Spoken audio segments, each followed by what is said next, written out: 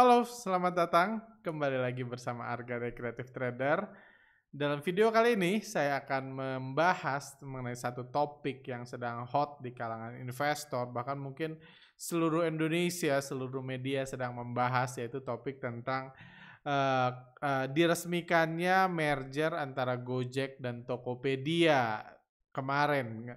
Merger ini tentu bisa dibilang merger yang mungkin paling paling menarik perhatian dalam bahkan selama saya hidup di Indonesia. Ini adalah merger yang paling menarik di mana kita tahu Gojek dan Tokopedia adalah dua startup karya anak bangsa, dua startup yang buatan orang Indonesia yang market cap-nya terbesar di Indonesia. Nah, dua startup ini dua-duanya sudah masuk sudah jadi unicorn. Udah valuasinya di atas $1 miliar. Nanti kita akan bahas dari sisi itu, dan tentunya dan bisnisnya sama-sama kita kenal, produknya sama-sama kita pakai, dan tentunya adalah efek dari IPO ini terhadap efek dari merger ini terhadap bursa saham juga saya akan sedikit membahas ke situ, sekalian ya buat sama-sama sharing lah, pembelajaran.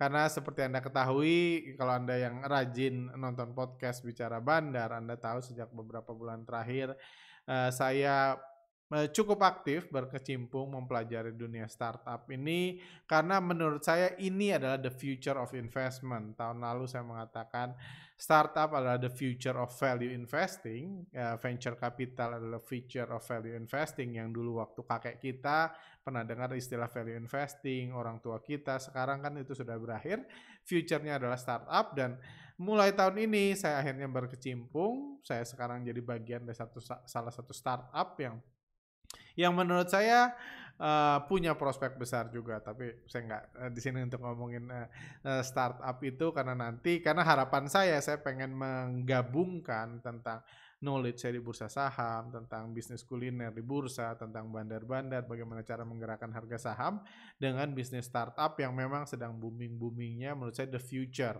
kayak gitu. Jadi kurang lebih itulah yang akan jadi pembahasan kita sekarang, di mana merger Gojek dan Tokopedia atau sekarang disebut GoTo, dan efeknya buat IHSG kayak gitu. Jadi kita tahu ya, ini secara bisnis, merger dua bisnis ini adalah merger yang menurut saya luar biasa strategis. Pertama, dua-dua milik at least karya orang bangsa. Dua-dua adalah perusahaan milik asing sekarang, cuman at least karya anak bangsa, ya bisa jadi kebanggaan buat ini.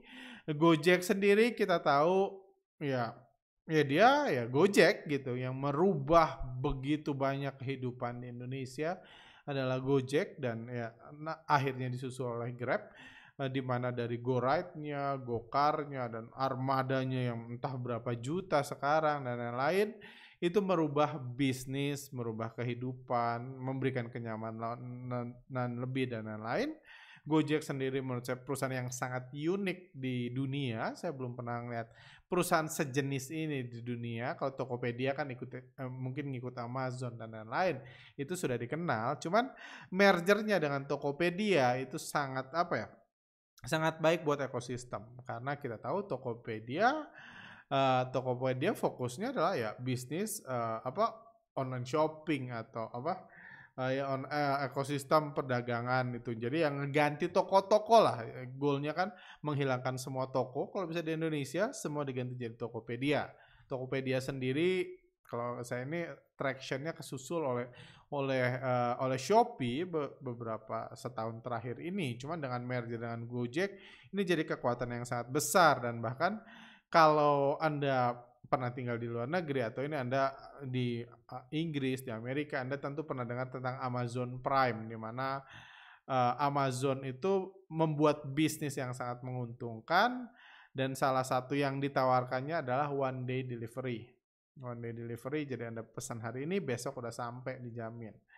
Itu salah satu kunci dari Amazon Prime itu adalah tentunya pengiriman yang sangat cepat, proses packaging, pengiriman, armada pengiriman yang sangat banyak dan lain-lain. Tapi sebanyak-banyaknya armada Amazon Prime, terlepas dari teknologi mereka yang begitu canggih, pasti lebih banyak armada Gojek.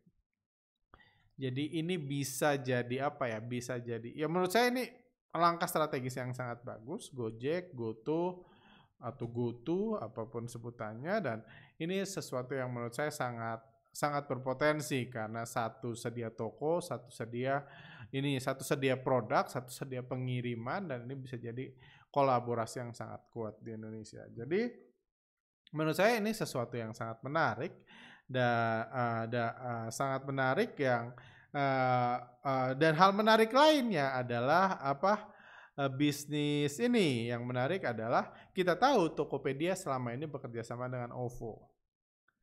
Tokopedia ini ya kita sama-sama berpikir, sama-sama lihat ke depan. Tokopedia sama ini bekerja sama dengan OVO, sementara Gojek udah punya GoPay. OVO dan GoPay ini kan saingan sangat besar untuk online wallet e-wallet gitu, saingan sangat besar GoPay dan OVO, dan dengan bersatunya Gojek dan Tokopedia, gimana nasib OVO? Lucunya 1-2 bulan terakhir juga kita sama-sama mendengar bahwa Gojek membeli anak perusahaan Lipo. Kita tahu salah satu investor terbesar di OVO adalah grup Lipo. Itu sebabnya ketika OVO launching dulu dimulai seingat saya dari gratis parking di setiap mall miliknya Lipo. Dia punya stand di setiap mallnya miliknya Lipo. Sekarang entah ada barter atau apa yang terjadi atau semuanya mau nanti disatukan, kita lihat ke depan, tapi itu juga hal yang menarik untuk dibahas seperti itu. Jadi secara bisnis menurut saya secara strategik ini gabungan yang sangat baik. Daripada mereka berdiri sendiri-sendiri, mereka akan jauh lebih kuat dan jauh bisa mengalahkan pesaing-pesaingnya, karena kita tahu Gojek masih punya saingan Grab, sementara Tokopedia saingannya cukup banyak. Bahkan bisa dibilang kalau menurut saya e-commerce di Indonesia itu masih terlalu banyak kayak gitu. Kalau di luar negeri setahu saya e-commerce itu raksasanya satu, sisanya spesialisasi. Misalnya sisanya jualan sepatu aja, sisanya jualan parfum aja dan lain-lain, bukan besar. Amazonnya satu, yang lainnya kecil-kecil kayak gitu. Cuman di Indonesia ini masih terlalu banyak, jadi persaingan masih besar, dan dengan merger ini sesuatu yang sangat bagus kalau dari sisi bisnis. Itu kita ngomong di sisi bisnis, saya rasa Anda pun banyak yang udah tahu dan sependapat. Tapi yang mungkin Anda belum tahu adalah konsep bisnis startup. Ini sesuatu yang sangat menarik dan mungkin Anda bisa belajar, saya harap Anda bisa belajar something dari bisnis startup. Karena bisnis startup itu sangat-sangat berbeda dari bisnis konvensional. Ini bisnis startup, salah satu yang sangat membedakan adalah bisnis startup itu tidak mencari untung. Selama dia masih disebut startup, dia tidak mencari untung. Yang dia cari adalah dia mencari traction, mencari nasabah, merubah jadi bisnis idealis. Misalnya saya misalnya sederhananya buat startup sekolah. Saya mau orang sekolah, idealisme saya di sekolah saya. Kalau saya mau buat sekolah dengan konsep lama, maka saya akan bersaing dengan sekolah yang lain. Oke, saya tingkatkan kualitas pendidikan. Anggaplah saya jago di pendidikan. Tingkatkan kualitas pendidikan, tingkatkan kualitas guru, hire guru-guru terbaik, dan lain-lain. Kalau konsepnya seperti itu dan ujungnya adalah mencari untung, maka saya akan guru bagus, gajinya mahal. Gedung bagus, biayanya mahal, dan lain-lain. Ujungnya uang sekolahnya mahal. Saya nggak merubah apa-apa. Saya hanya membuat sekolah mahal baru. Karena pengeluaran kita akan dibandingkan dengan pendapatan kita. Itu kan konsep bisnis lama. Sekarang di zaman modern, konsep itu bisa dibilang sudah ketinggalan. Anda kalau mau mulai bisnis dan berharap besar dengan konsep itu, menurut saya sudah susah, kecuali Anda punya bisnis yang sangat unik. Kayak gitu, yang cuma Anda yang bisa buat. Tapi sekolah kan semua orang bisa buat. Jadi goalnya kalau mau bisnis startup, sekolah, pelajaran terbaik, guru terbaik, kalau perlu ruangan sekolah terbaik, tapi kalau bisa harganya termurah. Itu yang akan merubah. Jadi disruption menghancurkan konsep sekolah lama. Itu yang dijadikan di Gojek. Ojek udah lama, tapi ini ojek yang murah, yang si supir ojeknya dibayar mahal, ojeknya murah, fasilitasnya bagus, aplikasinya canggih, promonya murah buat ini, biayanya murah buat si pelanggannya, penggunanya, cepat dan lain, semuanya bagus, semuanya idealis. Semua itu hanya bisa dilakukan kalau Anda nggak nyari duit. Jadi startup makanya bisa tumbuh begitu cepat karena dia tidak berminat mencari uang selama dia disebut startup. Yang dia minat adalah membakar uang. Makanya di startup itu ada salah satu yang paling penting adalah burn rate.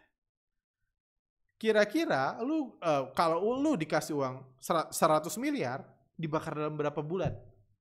Itu perhitungannya itu. Kalau konsep bisnis lama dikasih duit 100 miliar, lu bisa cuan berapa? Sebulan lu bisa ngasih duit berapa? Itu konsep bisnis lama karena fokusnya cari untung. Startup nggak mikir cari untung. Startup mikir dikasih 100 miliar, lu bakar dalam berapa lama? Terus saya ngitung. Kalau saya dapat 100 miliar, ini kurang lebih yang terjadi dari salah satu startup yang saya berkecimpung. Kita ngitung-ngitung nih. Kalau kita dapat misalnya 10 juta dolar, misalnya gitu 10 juta dolar, kira-kira habis berapa lama ya? Digorengnya berapa lama? Bukan digoreng, dibakarnya pakai apa? Misalnya kita gedein kantor, kita tingkatkan marketing, kita tingkatkan kualitas, kita kasih promo, kita semuanya adalah buat perbaikan produk tanpa mikir untung. Oke deh, kalau 10 juta dolar, 2 tahun habis. Nah, itu namanya burn rate. Untung nggak habis. Tapi dengan habis itu goalnya kita merusak bisnis lama. Jadi goal startup itu adalah membakar uang. Membakar uang, merusak bisnis lama untuk membuat ekosistem baru. Goalnya adalah buat lautan hijau seperti ini. Supaya tukang ojek lama yang pertama mati kan tukang ojek. Dan ada banyak bisnis lain yang mati, juga banyak bisnis lain yang tumbuh. Taksi mati, dan lain-lain, transportasi, pengiriman, dan lain-lain mati. Dia buat kebutuhan baru, ekosistem baru, dan lain-lain. Itulah bisnis startup. Itulah bisnis startup, jadi goalnya adalah traction, itu istilah. Yang diukur adalah traction. Kalau Anda baca pemberitaan, satu-satunya laporan keuangan yang dikasih Gojek dan Tokopedia saat ini adalah traction dia, revenue dia, uang yang masuk ke dia tahun 2020 lalu adalah 22 miliar dolar. 22 miliar dolar itu untung atau rugi? Saya yakin rugi besar. Mungkin ruginya 1 miliar dolar. Cuma itu nggak penting. Mereka nggak nyari uang. Mereka nggak nyari untung. Mereka mau bakar uang. Untuk dapat revenue yang besar. Sama kalau saya buat sekolah tadi, kualitas bagus, murah, dan lain. Yang saya hitung adalah berapa murid yang saya dapatkan. Semakin banyak muridnya, semakin banyak ruginya. Nggak apa-apa. Yang penting, sekolah lain mati. Itu goal saya. Karena sekolah lain lu masih nyari untung, masih ada matematiknya itu kalau nggak saya enggak. Yang paling sekolah lain mati. Yang penting model sekolah saya jadi nomor 1 di Indonesia. Model bisnis sekolah saya dan lain-lain. Nanti ketika orang-orang pada mati, nggak sanggup, ketika jadi sangat besar baru mikir cari duit. Biasanya nyari duitnya nanti after IPO. Bahkan saya ingat Amazon 5 tahun pertama setelah IPO ya, setelah berhenti jadi startup, jadi perusahaan publik, masih rugi. Kayak gitu. Itu hal lain yang saya mau share tentang startup. Jadi model bisnisnya beda. Kalau Anda mikir startup cari untung, enggak. Kalau startup nyari untung, jualan teh kotak aja. Jualan kalau memang pengen untung. Nggak merubah apa-apa, tapi untung. Nggak merubah bisnis, nggak mematikan kompetitor, tapi untung. Nggak ada yang salah, cuman startup konsepnya bukan itu. Dan tentunya ini ada pertanyaan yang masuk juga. Pak Arga, apa mungkin GoTo IPO buat ngeganti duit investor besar yang hilang kemarin gara-gara buat bakar duit pas banyak promo cashback dan lain-lain? Yes. Ya pasti seperti itu. Pertanyaan selanjutnya, kalau Anda ngasih duit buat dibakar. Ngasih ini ada datanya, saya kasih adalah ini Gojek. Kita bahas dulu Gojek. Gojek ini datanya, dia ada dia pernah akuisisi 13 perusahaan, number of investment 13 series, exit 2, ini yang paling penting number investor, pemilik Gojek saat ini ada 32 institusi besar. Nanti kita bisa lihat beberapa profilnya. Dan total funding amount itu apa? Uang yang dimasukin ke Gojek buat apa? Buat dibakar. Itu udah 5,3 miliar dolar. 5,3 miliar dolar itu kali 14 ribu berapa? Sekitar 28 triliun, berapa? 280 triliun atau saya lupa lah, kayak gitu lah. Ini 5,3 miliar dolar itu jumlah uang yang sudah dimasukkan ke Gojek untuk dibakar. Jadi kalau ditanya investor besar apakah mau IPO buat ngeganti, ya iya. Ini kan uang yang sudah dibakar, sudah dinikmati saya, sudah dinikmati Anda sebagai promo, cashback dan lain-lain di Gojek. Ini sudah dibakar. Mungkin masih ada sisa sedikit, tapi sudah dibakar. Si investor, siapa aja investor ini, investor si Gojek saat ini ada nama-nama besar, saya nggak bisa dapat semua, tapi ada Visa, ada North Star Group, ada KKR, ini besar, ada Farallon Capital, ada Worldbook, Rakuten, ada Visa, ada PayPal, ada Telkomsel, ada Mitsubishi Group, semua punya Mitsubishi Group, ada Astra International, Tencent Holdings, Temasek, JD, Hera Capital, Google, Blibli, semuanya ini semua udah ngasih duitnya. Investor tuh ngasih duitnya ke Gojek, diganti sama sahamnya, saham Gojek sekian persen untuk dibakar. Jumlah uang yang dibakar adalah 5,3 miliar dolar. Itu Gojek. Berapa nilai Gojek? Jadi kalau ini dari seri F, ini seri terakhir untuk Gojek, itu seri F itu Gojek dapat duit 375 juta dolar. 375 juta dolar ini di seri F ini dia dapat duit buat dibakar 375 dolar, diumumkan Juni 2020 lalu, kurang lebih 1 tahun lalu gitu. Ini dapat ini seri F kan biasa ada seed money, seri A, seri B, ini sampai seri F kalau besar dia dapat 375 juta dolar dengan nilai perusahaan itu 12,1 miliar dolar. Jadi berapa persen saham yang didapat dari 3,75 miliar dolar ini? 12,1 miliar dolar. Nah, jadi misalnya 12,1 ini kan 1,2 itu 10%-nya. Berarti ini ya sekitar 2,5%. Untuk 2,5% saham Gojek bulan Juni 2020 lalu nilainya 12,1 harus dibayar 375 juta dolar.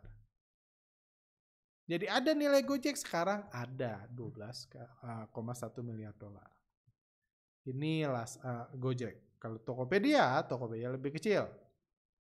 Total uang yang dibakar untuk membangun Tokopedia berupa diskon dan lain-lain, gaji pegawai dan lain-lain itu 2,8 miliar dolar. Investornya ada 11. Ini jumlah total funding amount. Ininya ada SoftBank yang besar, ada Alibaba, ada EV Group, ada Alibaba, Sequoia Capital, SoftBank lagi dan lain-lain. Ini SoftBank aja banyak kan, ada Telekom, ada Vision, ada Ventures, dan lain-lain. Ini ada Sequoia yang besar-besar juga, ada Patrick Chung, dan lain-lain. Ini investor-investor yang ngasih duitnya buat ditukar saham, dia dapat saham Tokopedia dan dijual, dan untuk uangnya buat dibakar. Last round buat Tokopedia adalah ini. Last round Tokopedia itu dari terakhir seri H dia dapat 350 juta dolar dengan nilai perusahaan 7,5 miliar dolar. Jadi kalau di total dari ini 12,1 tambah 7,5 ya kurang lebih ada di kisaran 20 miliar dolar. Itulah nilai gabungan Gojek dan Tokopedia. Berdasarkan pembelian saham terakhir. Kan sama kan, market cap juga didapat dari pembelian saham terakhir. Ini based on pembelian saham terakhir nilainya itu. Oke. Gojek juga selama beberapa ini kita tahu mendekati IPO setahun terakhir dia cukup aktif nyari aset. Karena istilah ngomong bakar-bakaran duit, beli sana, beli sini, pegawai Gojek pun gajinya besar dan lain-lain, itu masih dalam era startup. Nggak bisa selamanya bakar duit. Karena ini kan bukan foundation, bukan yayasan yang pengen merubah kehidupan umat manusia dengan cara ngebakar duit, nggak pernah balik lagi.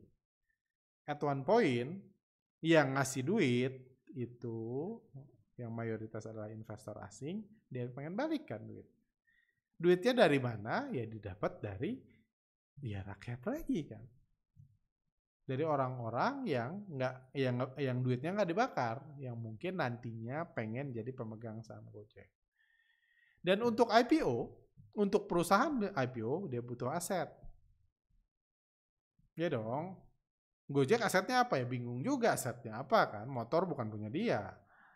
Asetnya ya networkingnya tadi, gurita bisnisnya tadi. Tapi gurita bisnis, networking, branding, armada, dan lain-lain itu nggak bisa dirupiahkan kan. Nggak bisa dinilai. Salah satu yang dia butuhkan, dia butuh aset yang bisa dinilai. Dan itu juga yang bisa kemungkinan jadi ini kenapa dia beli Bank Jago. Yes, ini strategi fintech ya. Tapi karena Bank Jago adalah perusahaan terbuka yang ada sahamnya bisa digoreng kan. Makanya sahamnya berubah dari 100 jadi 10.000. Karena kalau naik dari 100 sampai 10.000 itu ada nilainya kan. Berupa rupiah. Itu bisa jadi aset Gojek. Baru-baru ini dia juga memberi salah satu anak grup Matahari. Hypermart ya. Hypermart juga kalau dan harga sahamnya kalau Anda ngikutin kami itu udah jadi perhatian kami 1,5 bulan terakhir dan terus digoreng juga. Karena itu sesuatu yang dibutuhkan untuk IPO. Jadi IPO tentu nantinya dibutuhkan nyari untung. Cuman sebelum dibutuhkan nyari untung kan butuh aset dulu kan. Butuh nilainya besar dulu supaya bandrolnya besar. Kayak gitu. Dan kalau kita lihat IPO-nya, IPO ini kalau dari Bloomberg targetnya ada di kisaran 40 miliar dolar, 580 triliun rupiah. Ini based on Bloomberg, ini dia pengen nilai IPO-nya, nilai perusahaannya itu 40 miliar dolar atau 580 triliun. Tentunya ini naik dari 20 triliun nilai market cap sekarang. Market cap tadi kan. Atau modal yang dibakar itu 5,3 tambah 2,8. Ini yang dibayar berarti sekitar 9 miliar dolar itu udah dibakar untuk membangun Gojek dan Tokopedia dan mau dijual 40. Menurut saya harga yang cukup wajar kayak gitu. Dan menurut saya kita balik ke IHSG adalah menurut saya ini adalah opportunity yang sangat besar. Apa ya bukan opportunity? Ya opportunity sih. Opportunity yang saya nggak yakin bisa diambil oleh bursa kita, cuman ini opportunity yang sangat besar, ini langkah baru kalau perusahaan ini bisa IPO di Indonesia. Kalau Gojek bisa, kalau Goto bisa IPO di Indonesia. Karena ada ratusan startup yang lagi ngebakarin duit, yang butuh IPO juga. Kalau Gojek IPO-nya sukses di Indonesia, akan lebih banyak lagi orang bersedia duitnya dibakar karena tahu keluarnya di mana. Ketika saya masuk di dunia startup, mulai masuk di dunia startup, pertimbangan saya pertama sebelum masuk adalah nanti saya keluar kapan? Saya kasih uang, anggaplah kasih uang berapa, $100.000 atau apa gitu. Saya kasih uang, saya tahu uangnya dibakar, saya nggak bisa nagih lagi, balikin duit saya, gitu nggak bisa, kan udah dibakar kok. Tapi saya mikir, kalau perusahaan ini tambah besar, nilainya besar, mungkin nanti bisa IPO, saya bisa keluar. Jadi ini dibutuhkan untuk dunia startup. Kalau Gojek bisa IPO, karena so far belum ada startup beneran yang IPO. Dibutuhkan untuk dunia startup, satu. Juga dibutuhkan buat Bursa Indonesia. Kenapa? Karena kalau kita lihat, ini adalah 10 perusahaan terbesar di Amerika Serikat secara market cap. Nomor 1 Apple. Nomor 2 Microsoft. Oke lah, Microsoft perusahaan lama, cuma ini kan perusahaan komputer kan, perusahaan IT kan. Jadi masih yes 50-50 lah. Apple itu perusahaan lama tapi IT, smartphone dan lain-lain. Oke lah, kita bisa mengerti. Terus sisanya Amazon. Dulu pernah jadi startup. Google dulu pernah jadi startup, bertahun-tahun ngebakarin duit. Facebook, sosial media, sama kan, bisnis-bisnis IT, bisnis-bisnis era zaman modern yang bukan perusahaan tua. Kayak di Indonesia kan perusahaannya tua semua kan, Astra, Indofood, sejak tahun berapa udah buat Indomie. Sejak tahun berapa udah jualan mobil, nggak ada perusahaan-perusahaan modern. Berkshire Hathaway ini perusahaan tua kan, dia fokusnya jualan image Warren Buffett. Tesla jualan mimpi, Visa perusahaan lama. Apa yang mau saya bilang? Perusahaan-perusahaan besar di Amerika itu belum lagi kita ambil Netflix dan lain-lain, ini juga perusahaan-perusahaan dengan nilai sangat besar di Amerika udah diisi oleh perusahaan-perusahaan modern yang kita tahu akan menguasai bisnis. Saya sih nggak optimis Tokopedia akan hancur, Shopee akan hancur, Bukalapak akan hancur, semua akan hancur, dan balik lagi ke toko tradisional, saya sih nggak percaya itu bisa terjadi. Jadi wajar kalau perusahaan-perusahaan besar itu dikuasai oleh perusahaan-perusahaan IT related. Ini namanya modern. Saya nggak percaya. Saya percaya blockchain modern, tapi uang palsu atau uang digital itu bukan modern. Itu cuma seru-seruan goreng-gorengan. Masa depan saya nggak ngelihat itu jadi masa depan, tapi itu menarik digoreng. Kalau Amazon itu masa depan. Saya nggak percaya pengguna Amazon 5 tahun ke depan akan lebih kecil dari sekarang. Saya nggak percaya orang yang belanja di Tokopedia 5 tahun ke depan akan lebih kecil dari sekarang. Saya percaya itu future. Kayak gitu. Jadi artinya apa? Sementara kalau kita bandingkan di Indonesia kan perusahaan tua semua. BCA, BRI, Telkom, Mandiri ini perusahaan-perusahaan terbesar. Unilever, ASI, HMSC, baru Arto ini. Arto juga belum jualan apa-apa, udah digoreng cukup tinggi. Tepia, MTK, dan umumnya perusahaan-perusahaan tua. Jadi butuh injeksi produk baru. Apalagi di era stock market 2.0 ini kan saham-saham blue chip itu image-nya jatuh banget karena orang sadar ternyata beli saham blue chip walaupun dikecapin segala macam ternyata nggak seindah yang ditawarkan, yang dijanjikan orang atau diproyeksikan orang 10 tahun lalu naik terus loh gitu, tapi 5 tahun terakhir turun terus. Kayak gitu kan, itu masalahnya. Jadi hal-hal seperti menurut saya Indonesia sangat butuh bisnis startup, bisnis modern ya. Bukan bisnis startup sih, intinya bisnis yang modern. Tapi untuk membuat bisnis modern seperti saya bilang memang harus startup. Kayak gitu. Supaya bursa kita itu nggak jadi cuma tempat buang sampah kasar. Punya tempat hiburan, udah nggak laku, udah sepi, pandemik, nggak ada yang datang, IPO kan, goreng 3 hari, guyur, ARB berjeli-jeli, atau lain-lain, supaya nggak jadi kayak gitu. Saya hampir, at least seminggu sekali saya dihubungin orang yang mau dibantu IPO. Bisa saya bilang, sorry itu saya gitu, saya nggak menyalahkan mereka tentunya, karena ini juga opsi mereka yang punya bisnis, cuman dari semua bisnis itu yang saya rasa masa depannya cerah itu paling 2 atau 3. Sisanya biasa aja, ya bertumbuh konvensional. Tapi ya kalau bisa IPO, dapat duit dari IPO atau jadi kaya dari IPO, ya kenapa enggak gitu semua. Ada juga yang mau buang perusahaan. Enggak ada yang salah menurut saya. Saya pun punya bisnis, kalau bisnis saya lesu, saya mikir kan bisnis lesu saya mau saya apain. Kalau IPO adalah jalannya, ya IPO aja, nggak salah sama sekali.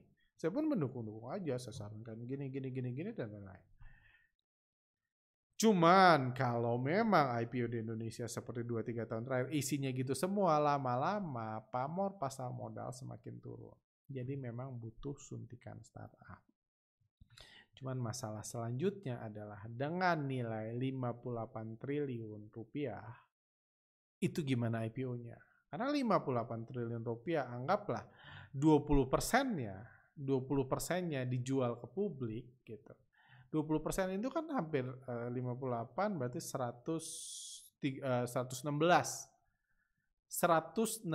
triliun itu uang siapa? Ini masalah lanjutan. Karena kita tahu awal-awal IPO itu nggak dikasih ke retail. Biasanya dikasih ke retail setelah diarahkan misalnya 4 jilid, 5 jilid kayak gitu. Apalagi Gojek mungkin bisa dapat izin arahnya 10 jilid kayak itu 10 hari berturut-turut atau reject atas baru retail beli. Cuma kalau arah 5 kali aja nilainya udah bisa 1.000-1.500 triliun kan. Kalau dikasih izin auto reject atas 5 hari aja karena pemain besarnya masuk, cuman nggak usah itu, untuk dinilai ini aja si 116 triliun kalau 20%-nya dikeluarin, 116 triliun itu untuk dalam waktu dekat sulit. Kenapa sulit? Karena pertama adalah pasar modal lagi lesu. Orang-orang lagi kehilangan kepercayaannya. Yes, Gojek punya daya tarik yang tinggi, tapi itu kalau mau jualan ke investor retail. Jual ke investor retail, kalau jualan ke investor retail di awal IPO nggak bisa diarahkan 5 jilid dong. 10 jilid nggak bisa.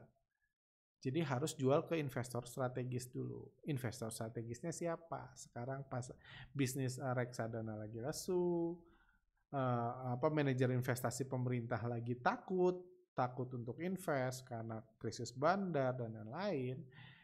Juga masalah lainnya adalah saham ini akan dibandari oleh asing. Kenapa? Kan yang punya asing. Yang punya asing kan. Kalau Anda lihat tadi profil pemilik itu ya memang ini karya anak bangsa tapi milik investor asing. Saat ini pun sebelum IPO pun milik investor asing. Jadi kalau memang pasar di Indonesia lesu, asing ngerasa, ya saya sih bisa beli semua gitu untuk IPO di Indonesia. Tapi retailnya nggak kuat, yang lainnya nggak kuat untuk nampung, mereka bisa nggak mau IPO di Indonesia. Itu masalah lain yang susah dihadapi karena krisis bandar sekarang, lesunya IHSG sekarang, kalau memang IPO-nya waktu dekat. Kalau IPO-nya 1-2 tahun lagi, saya rasa Indonesia mudah-mudahan udah bisa pulih dengan knowledge, dengan mungkin manajemen bursa yang lebih baik, perlindungan hukum terhadap bandar lebih baik, dan investor retail yang juga nggak terlalu disiksa kayak gitu, nggak terlalu dijarah uangnya. Saya rasa bursa kita bisa tumbuh lagi. Goto bisa IPO di Indonesia. Masalah lain untuk IPO di Indonesia, persyaratannya untuk jadi IPO itu ada 3. Ada papan utama, ada papan pengembangan, ada papan akselerasi. Papan akselerasi itu yang nggak bisa digocapkan gitu, yang bisa turun ke 1, kalau naik cuma 10%, turun 10%. Itu hampir semua perusahaan bisa IPO kalau niat. Lucy, Plan, dan lain-lain. Itu papan akselerasi. Yang perusahaan besar itu papan utama. Cuma papan utama punya masalah lain. Dia harus laba usahanya at least udah pernah untung. Walaupun belum pernah ada laporan resmi, saya sih sangat-sangat tidak percaya Gojek bisa untung. Saat ini ya, 5 tahun ke depan mungkin bisa untung, 3 tahun ke depan mungkin bisa untung. Cuma kalau syaratnya tahun ini atau setahun terakhir harus untung, saya rasa Gojek, Goto belum bisa untung. Dan dia nggak akan nunggu untung. Either peraturan ini dirubah, khusus gua nggak apa-apa rugi. Atau ya dia IPO tempat lain, nggak akan nunggu untung, repot kayak gitu. Net tangible asset 100 miliar, yang ngegoreng Arto aja dapat berapa kan, kayak gitu. Itu kan tangible kan, saham bisa dihitung. dan lain-lain. Oke, ini masalah pertama, papan utama. Jadi nggak bisa listing papan utama. Kalau papan pengembangan itu papan pengembangan, jadi IPO pun di papan pengembangan. Cuman untuk ukuran bisa jadi nomor 2 di Indonesia, IPO-nya di atas BRI gitu, hanya di bawah BCR, rasanya aneh dia masuk papan pengembangan. Karena kalau IPO di papan pengembangan, ini materi workshop bandarmologi IPO, itu dia boleh rugi. Cuman asal pada akhir tahun kedua sejak listing sudah laba usaha dan laba bersih. Itu isunya. Jadi di akhir tahun kedua setelah listing udah laba. Jadi proyeksi kan ya namanya proyeksi, ngecap, harapan, mimpi, ramalan dan lain-lain yang nggak masalah. Jadi kalau di sini sih bisa. Cuman ya mungkin kalau IPO pun harus papan pengembangan walaupun angkanya besar.